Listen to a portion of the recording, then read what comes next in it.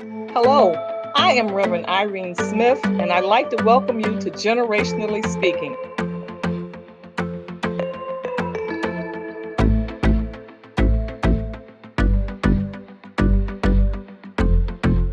Here at the table, we come and we discuss life issues, no matter what they might be. As we sit at the table with each generation, we all learn, we all grow, we all are inspired. Yeah, yeah. Yeah, yeah. Generationally Speaking. Hello, I am Reverend Irene Smith, and again, I welcome you to Generationally Speaking. I have my wonderful co-host, Minister James Durham. You know him as that cowboy fan. I might as well get it out of the way. Go ahead, Minister Durham, talk to us. That's me. I'm a cowboy fan. Glad to be here as always, Reverend. I promise you that they would be back with me, and here they are. Pastor Shamika. Something's got me. Pastor Shamika, she's taking a little time off. As you know, she just birthed the baby, birthed the ministry, and so she needs a little time. So we are thankful that she's still with us, but she needs a little more time. Our special guest today is someone I have known for so many years, but you never know a person. You think you know them, but you don't know them. And when I read her book, let me hold it up. God's Plan, Live, Love, Reset, God's Plan. When I read her book, I realized how little I knew about my special guest, Karen C. Baker. Hello, Karen. Hi. How are you? Thank you so much for giving me the opportunity to be on your show. I really appreciate it. Thank you again. I mean, not only is the book rich that Karen has written, but what she does day to day is really a blessing. And if you contact her, I promise you, she'll change your life financially as well as spiritually, because Karen really is an awesome, well-rounded individual. And she's weathered the storms of life. And because she's weathered the storms of life, listen, my friend, she can teach you some things. And I thank God for it. In reading her book, I learned so much. So Karen, let's get started. Okay. I was reading the book and I got to page 6 and I stopped in my tracks and I said, wait a minute, I had to underscore it. So I'm just going to read it to you. Page 6. Sure. It says numbers and rules only require learning. Emotions require sensitivity and patience. Tell me more. Growing up, when you started this book off, you started off by talking about having a successful career. So that's numbers and rules. And then you talked about just being a single woman, emotions. So talk to us a little bit about your formative years. Well, coming to this area many years ago, it was about trying to figure out who I was as a young woman and what my purpose was and how I could make a difference. And in that space, you kind of try different things, that work. I love music. Yeah. So, my background is music. I was doing the nightclub thing, R&B, jazz, and all of that. But on the side of working, I always ended up in an industry that required numbers. And the crazy thing about that is that I hated math. Like, math was my worst subject in school. It's like, okay, God, really? You're putting me in an industry and I don't like numbers. So, God works stuff out. And so that's why I had to kind of give that differentiation when it comes down to numbers and rules, because that's a learned behavior. I learned that. I didn't like that. I had to learn how it worked versus, your emotions. That is more of an internal sensitivity type of thing. Emotions, you really can't, can't teach emotions. That's something that you have or you don't have. Mhm. Either you're an emotional, sensitive person, caring, or you're not. I mean, it's kind of hard. There's a serious difference. So learning and growing up as a young woman, like being in the nightclub and Mm. singing those, sassy, jazzy, emotional songs, that was just so me. I fit right in that spot.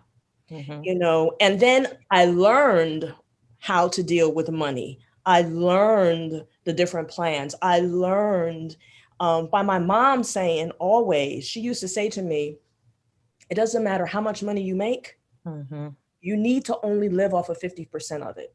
Mm. Mm. 50% you need to put away Mm. for the future. And as a teenager, even like my first job that I had, a lemonade stand, she was like, no, no, no, no, you're not going to spend all that money. You're going to split it in half, and half of it you're going to put in the bank, Wow. and half of it, you have different responsibilities in the house. So she always put that in my head, and I really couldn't understand it until I became on my own. And so living on your own and making your own money and having your own bills and your responsibilities, you learn quick. You learn real quick how that thing works. And I mean, there are some things that I still didn't put in the book, but like when I was 20, I built my first home when I was 20, Wow. Mm. okay, in Silver Spring. And because of the things that she told me, what I did was literally my mortgage was paid because I rented out rooms. So Way I to was go. still in college, okay, still making money, still putting money away, investing, but I was living mortgage free at 20. So just not being afraid of taking a chance on you, knowing that God's got you. Wow. God's got you. No matter what you do. And that's kind of how I lived my life. My mom has kind of ingrained that in me to say you can be anything that you want in life. You just have to take the first step towards whatever it is. And if you fall, you get back up. So Mhm. that's how I've kind of lived. So that's why you hear that in the first chapters in the very beginning of how I started. Reverend, if I could ask a question here, Sure. because Karen, you've already dropped so many gems in just this brief 5 minutes we've been on. So that principle that your mother taught you, that was an excellent principle for living Mhm. life and being financially responsible. So what I want to say to you, so you got that lesson very early on, and I just by the way you shared the story, it was a shock to your system. So those viewers who are watching, to hear something like that, that sounds very radical. And if you were to say that to me, I can tell you like that right now, I haven't been living off of half of my income. But if you say that to me, that's a shock to my system, but it sounds like a great principle. So how can people bring themselves to a place where they can swallow something like that and then implement that in their lives? What advice would you give them? Well, you have to start out slow. And, I've been doing the financial planning, advisor, broker, national financial speaker. I've been doing that for 34 years. You have to start out slow. You can't eat the whole elephant at once. So the rule of thumb, if you talk to a financial planner, is 15% of your income you're supposed to put away for retirement, investing, anything that deals with future money. When I teach class, because I do a lot of teaching at various levels, whether it's at a university level or workshops or seminars or speaking engagements, I tell people to push the letter. If the rule of thumb is 15%, start at 15%, making sure that you have a budget because people think, oh, I got money, I don't need to have a budget. You need to have a budget. I don't know all of my high net worth clients work from a budget because 99% of them are business owners. So they have to know to the penny what's coming in and what's going out. Everybody needs to know to the penny how much money is going out. I can tell you every bill that I'm spending and how much it is to the letter, but I did that when I was 20. Okay. So being able to pay yourself first, that's the mindset that we have to have. You're always doing something to pay yourself first. Not Verizon, not T-Mobile, not your mortgage, not your high-priced car if you're living in an apartment. We're not thinking about the right things. Our priority isn't right. You know what I'm saying? It's about us.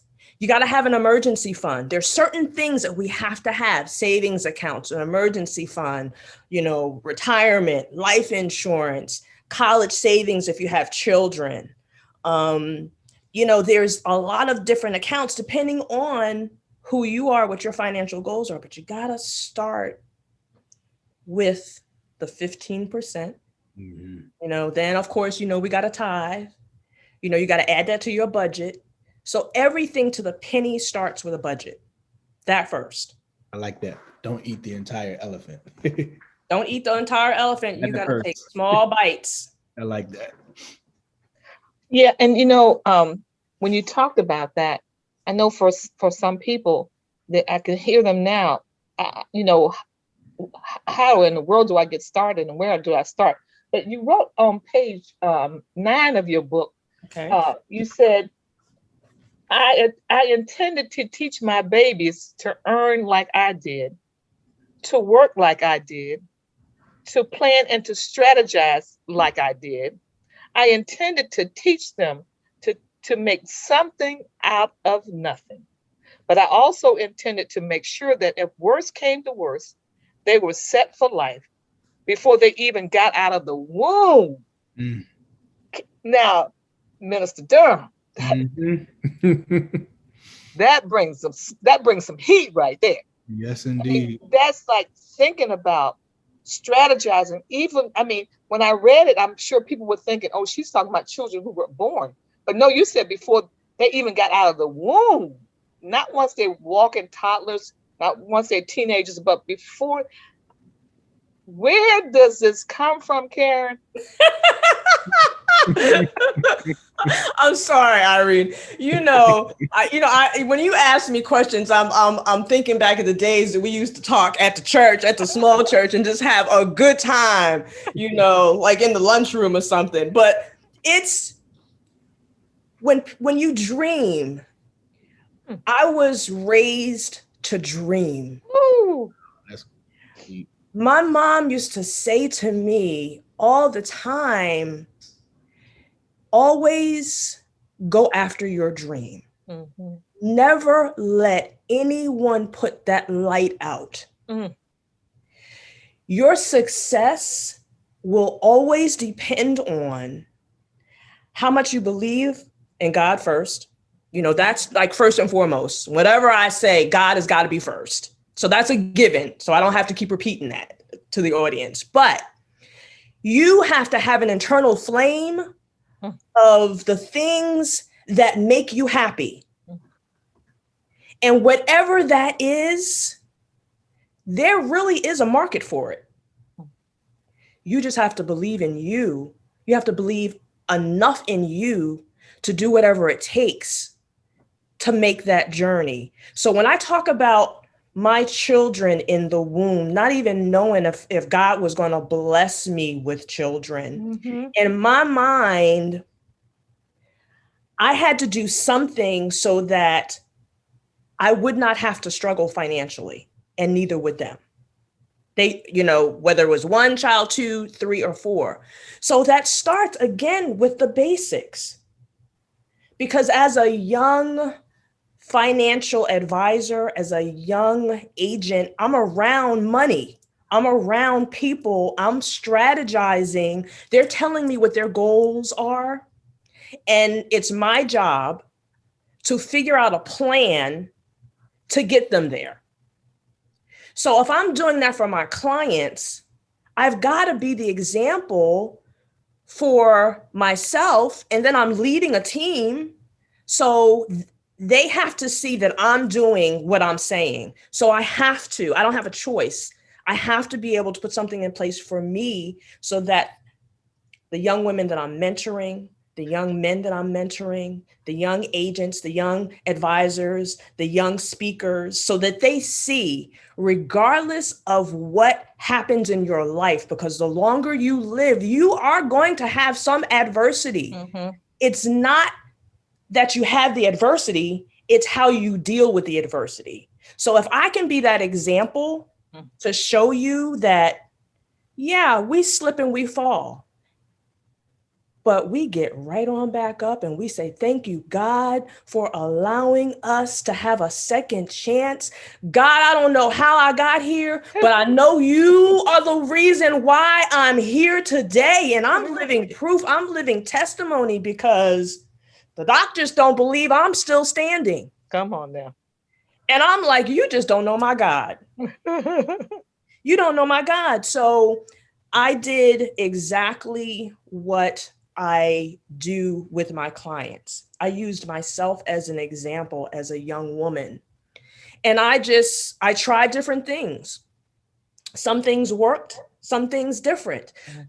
But the things that did work, when people say, I've never heard about that plan, that plan doesn't exist, or I'm like, no, let me show you, because I got it.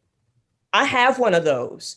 Just because you've never seen it and no one has come to you with it does not mean it exists. And that's been my mission for over 30 years, especially with our community, because we're the ones that are like, I'm not doing that. That costs how much? I'm not spending that. I'm not going to do that. And my thing is, we have to be like the Rockefellers.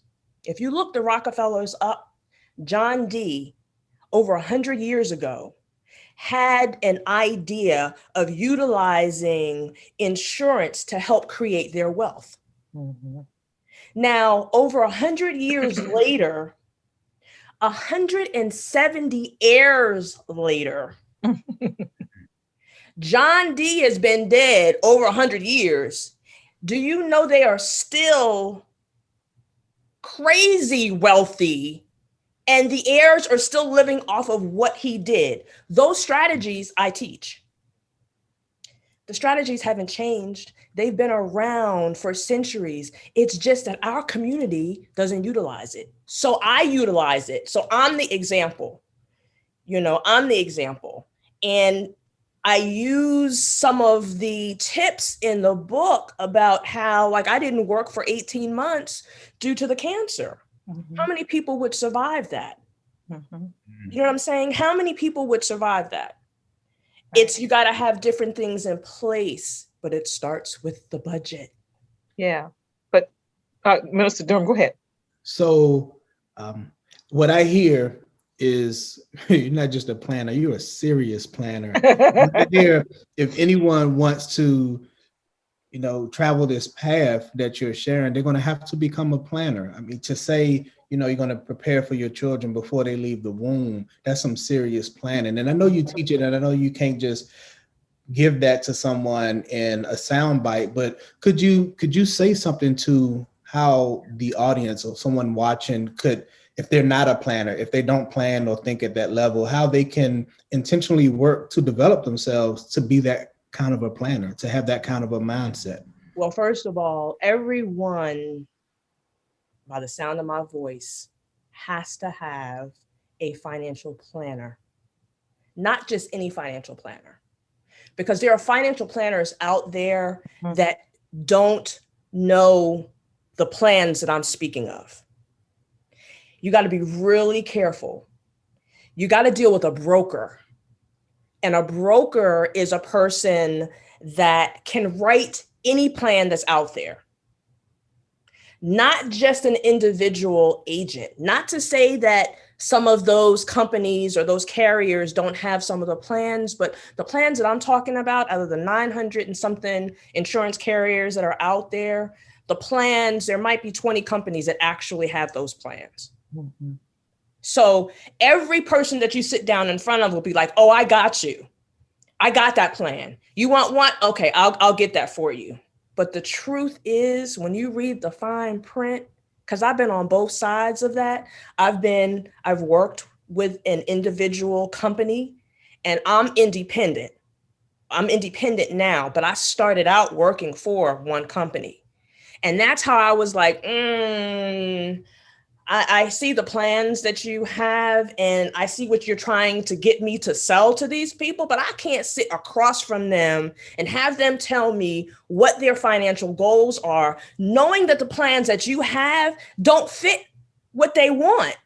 But in order for me to keep my job, I got to sell those plans. I can't do that. Mm. So that's what made me, as a young woman in my 20s, say, I can't do that.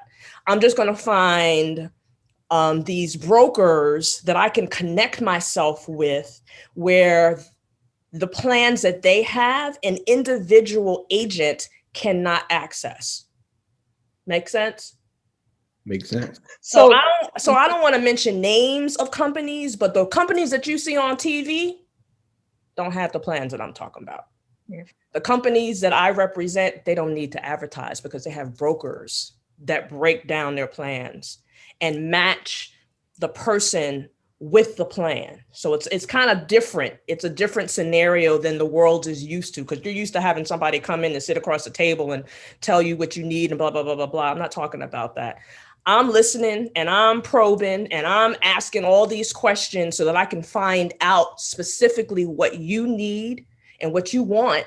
And then I find that company that matches your goals. So it's a little different.